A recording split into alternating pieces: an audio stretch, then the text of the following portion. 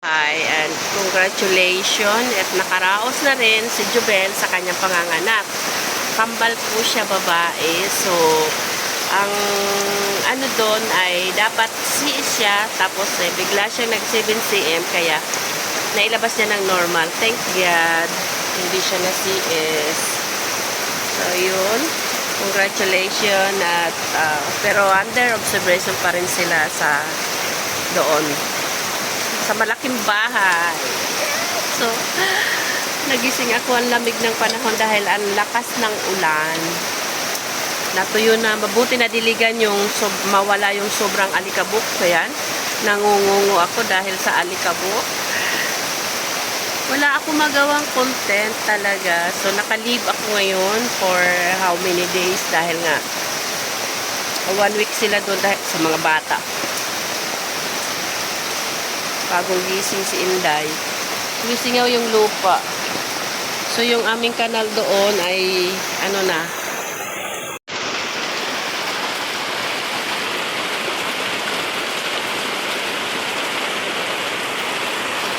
umulan.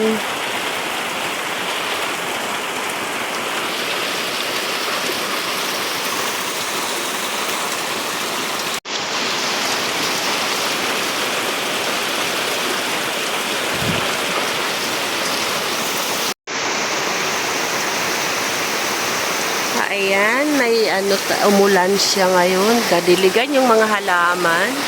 Sobrang tuyo na. Ayan. It's raining, man. May tubig. Ayan, mega love shoutout po sa aking buong team Lintik. I love you all, guys. Ayan, may pagkulog pa. Ayun, oh, umaagos yung tubig. Ayun. So, ayan, nag-flooded na yung aming harapan.